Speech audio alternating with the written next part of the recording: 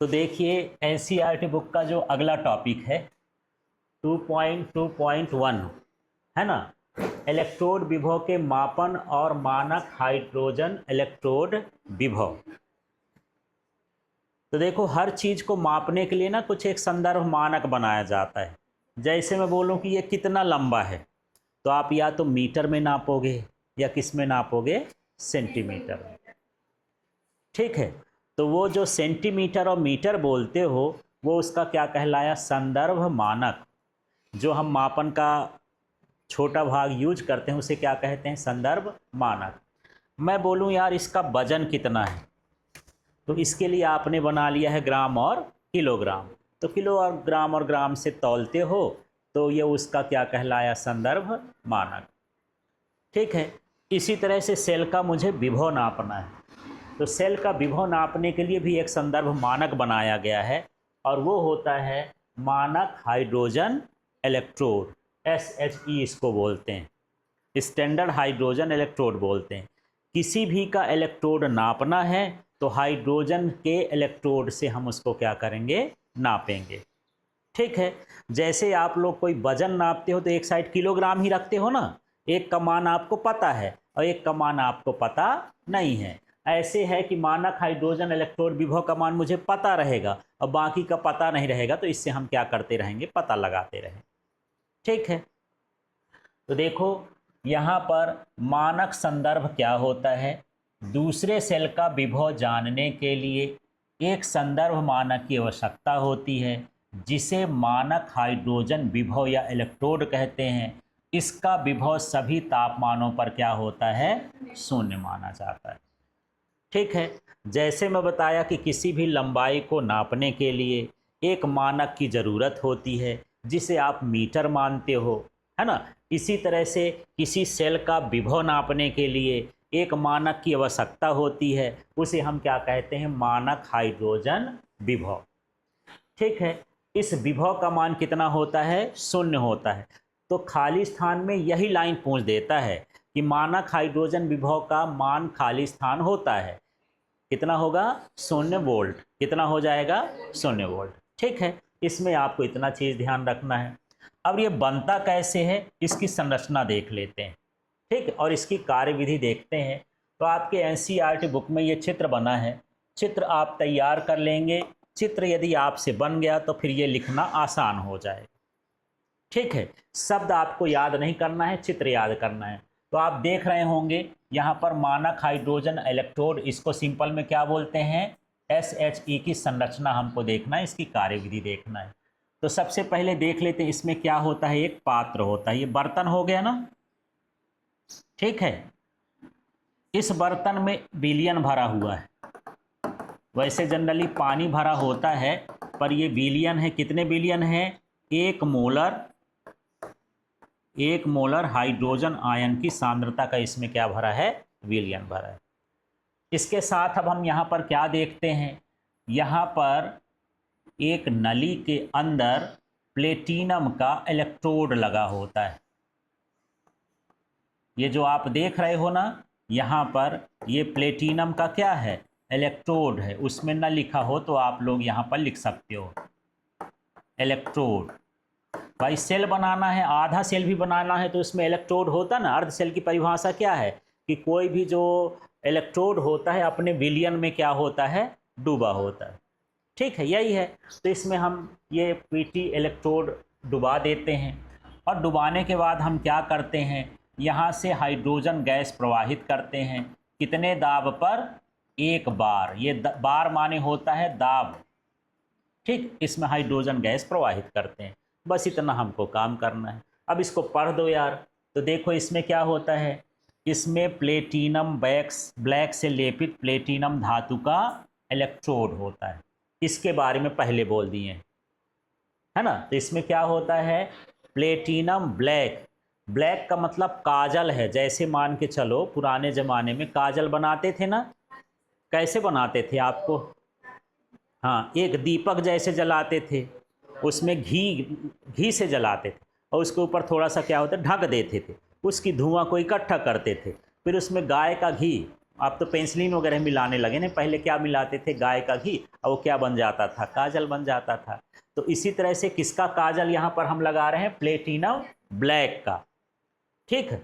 और उससे वो लेपिता है प्लेटिनम धातु, तो ये धातु है और धातु के ऊपर प्लेटिनम ब्लैक का क्या लगा दिए हैं, काजल, पोत दिए हैं। लेपित माने, अब यहाँ है कि पोत नहीं लिख सकते हो, सबको ना समझ में आएगा, पर वो लेपित लिख दिए, ठीक है, होता है। यह एक अम्लीय विलयन में डूबा होता है। ये जो विलयन है ये कैसा है, अम्लीय विलयन में डूबा होता है, जिसमें क्या होता है, हाइड्रोजन आयन की सांद्रता कितनी होती है, 1 मोलर होती है, ठीक है। फिर क्या कर रहे हैं, इसमें एक बार दाब पर हाइड्रोजन गैस प्रवाहित करते हैं। इतना चीज लिखना है। अब कोई जरूरी नहीं कि जैसे मैं लिखा हूं वैसे लिखो, आप जैसा चित्र में देख रहे हो वैसा लिख दो। यहां से भी चालू कर सकते हो। एक पात्र लेते हैं, उसमें 1 मोलर विलयन हाइड्रोजन आयन का सांद्रता भर देते हैं, इसमें प्लेटिनम ब्लैक से लेपित, क्या, प्लेटिनम ब्लैक से लेपित प्लेटिनम का इलेक्ट्रोड लगा देते हैं और एक बार दाब पर हाइड्रोजन गैस प्रवाहित करते हैं। अच्छा है, यहाँ से चालू कर दो। जैसे इसमें लेते हैं कि इसमें प्लेटिनम ब्लैक से लेपित प्लेटिनम इलेक्ट्रोड होता है, जो 1m माने 1 मोलर सांद्रता के हाइड्रोजन आयन वाले विलयन में डूबा होता है और इसमें एक बार दाब पर H2 गैस प्रवाहित करते हैं। जैसा बोलना हो वैसे बोला, जहाँ नज़र जाए वही लिख दे। कोई डाउट है क्या? ठीक है, तो चित्र के बारे में जो लिखना है वो आप याद नहीं करेंगे, चित्र को देखेंगे और अपने से लिख देंगे। अब इसका निरूपण कैसे करते हैं, तो सेल का हम कल संकेत देखे थे। तो देखो ये पूरा सेल है कि अर्ध सेल है, ये पूर्ण सेल है कि अर्ध सेल है, अर्ध सेल है। पूर्ण सेल होता तो बीच में डंडा होता है, फिर उधर भी लिखा होता है, डबल डंडा होता है, ऐसे आधा सेल बनाता है। तो ये मिला के ये क्या कहलाया, इलेक्ट्रोड। ये पूरा मिला के क्या कहलाया, इलेक्ट्रोड। और उसका ये विलयन हो गया। एक साइड हम इलेक्ट्रोड लिखते हैं और एक साइड हम क्या लिखते हैं, विलयन। ठीक है, तो ये 2 डंडे खींच गए हैं। यदि आप नहीं भी खींचते हो जरूरी नहीं, PTS H2G लिख देंगे, डंडा लगाएंगे, उसके विलयन का लिख देंगे, आयन लिख देंगे, बस। ठीक है, तो प्लेटिनम का इलेक्ट्रोड है, उसमें क्या प्रवाहित कर रहे हैं, हाइड्रोजन गैस। तो किसमें प्रवाहित कर रहे हैं, आयन वाले विलयन में। H+ एक्वस हो गया, जल में घुला हुआ है। ठीक है, ये इसका निरूपण हो गया। अब अर्ध सेल की अभिक्रिया क्या होती है, हाइड्रोजन आयन जो है पानी में घुला हुआ, वो एक इलेक्ट्रॉन को ले लेता है और इस तरह से हाइड्रोजन गैस बना देता है, H2 बना दिया। ये कटेगा तो H ही आ जाएगा ना, है ना भाई। हाइड्रोजन ये प्लस है, इसको एक इलेक्ट्रॉन मिल जाएगा तो ये एक दूसरे को समाप्त करके क्या बनेगा, H बनेगा। इसमें एक इलेक्ट्रॉन की कमी है, एक इलेक्ट्रॉन इसको दे दो तो इसका पूरा हो जाएगा, आयन नहीं बचेगा, ये क्या बन जाएगा, H। तो यही तो दर्शाया गया है कि ये हाइड्रोजन आयन है, उसको एक इलेक्ट्रॉन मिल जाता है तो आपस में मिल करके न्यूट्रल हो जाते हैं, एक H बन गया। अब H अकेला नहीं रहता तो H2 लिख दिए, बटे में लिख देंगे, काटेंगे तो H नहीं आ जाएगा। ठीक है, इस तरह से इसके अर्ध सेल का ये सूत्र हो गया। अब इससे क्या हो गया, इससे हम किसी भी सेल का विभव ज्ञात करते हैं। इससे हम क्या करते हैं, किसी भी सेल का विभव कैसे ज्ञात करते हैं, देखना।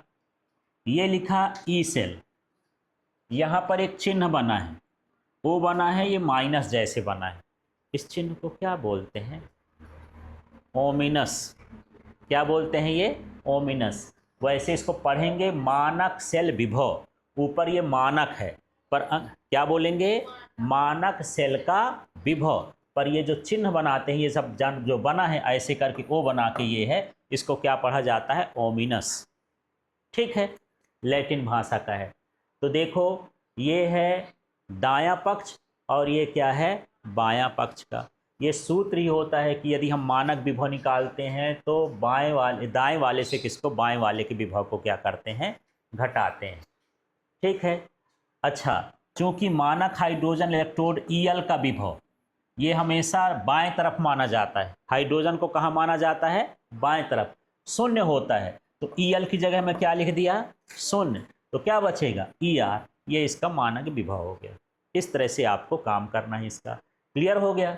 तो चलो मैं थोड़ा सा पूछता हूँ अलग से, तब मुझे पता चले कि आपसे बना कि नहीं बना। हाँ जी, तो मुझे ये बताओ, मानक हाइड्रोजन इलेक्ट्रोड विभव से हम क्या करते हैं? किसी दूसरे सेल का विभव ज्ञात करते हैं। ठीक है, मानक हाइड्रोजन इलेक्ट्रोड विभव से क्या करते हैं? हाँ, तो मानक हाइड्रोजन इलेक्ट्रोड विभव का सभी तापमानों पर क्या मान होता है? 0 वोल्ट होता है। कितना होता है? 0 वोल्ट। अच्छा, चित्र बनवाना मुझे, तो मैं क्या करूं? चित्र बनाने के लिए पहले क्या बना लूं? एक बर्तन बना लेता हूं, एक पात्र बना लेता हूं। ये मैं पात्र बना लिया। ठीक है, पात्र बनाने के लिए, पात्र बनाने के बाद क्या बनाऊं? हाँ, प्लेटिनम। ठीक है, और इस प्लेटिनम में मुझे क्या लगा देना है? एक इलेक्ट्रोड लगा देना है, और इसको एक परख नली के अंदर इस तरह से व्यवस्थित कर देना है। ये होगा। इसमें क्या डालूंगा यार इसके भीतर? H2, hydrogen gas. कितने में डालूंगा? 1 बार दाब पर, और इसमें विलयन भी भरना है। ठीक है, सबसे पहले ये विलयन थोड़ा सा कैसा होता है? अम्लीय होता है। इसमें क्या होता है? 1 मोलर सांद्रता पर H+ आयन का ये विलयन हो गया। ठीक है, इतना हम बना लिए हैं, और इसका भी नाम लिख देते हैं। ये क्या है? प्लेटिनम इलेक्ट्रोड, जो किससे लेपित है? प्लेटिनम ब्लैक से। ब्लैक माने यहाँ प्लेटिनम ब्लैक माने काजल से, है ना, कज्जल उसको बोलते। प्लेटिनम ब्लैक से लेपित, लेपित। ठीक है, अब इसकी भाषा बनाना है। क्या बनाओगे भला? इसमें प्लेटिनम इलेक्ट्रोड होता है जो प्लेटिनम ब्लैक से लेपित होता है, और यह 1 मोलर सांद्रता के हाइड्रोजन आयन के विलयन में डूबा होता है। यह विलयन थोड़ा अम्लीय होता है, ज़्यादा नहीं, थोड़ा सा क्या होता है? अम्लीय। इसमें 1 बार दाब पर हाइड्रोजन गैस को प्रवाहित करते हैं। बस इतना तो लिखना है। ठीक है, सेल का संकेत बताओ, क्या लिखेंगे? सेल का संकेत नहीं, सेल का संकेत ये नहीं है, सेल का निरूपण है ना। यहाँ पर क्या लिखा जाता है? पीटी लिखेंगे। किस अवस्था में है ये? सॉलिड में। और इसमें हम क्या प्रवाहित कर रहे हैं? हाइड्रोजन। किस अवस्था में? गैसीय अवस्था में। और किस विलयन में है? H+। तो यहाँ पर H+ लिख दिए, नीचे क्या लिख देंगे? H+। इसका संकेत हो गया। समझ में आ गया? इस तरह से लिखेंगे। फिर इसमें हमको अर्ध सेल की क्या लिखना है? अभिक्रिया। अर्ध सेल की अभिक्रिया बताओ कैसा लिखूं? नहीं, अर्ध सेल की अभिक्रिया ऐसे नहीं लिखेंगे। इसमें ये जो H+ है ना, H+ है, ये एक्वस में है। इसको कितना चाहिए? 1 इलेक्ट्रॉन दे या देंगे, ये अभिक्रिया कहलाएगी। अब क्या बनेगा?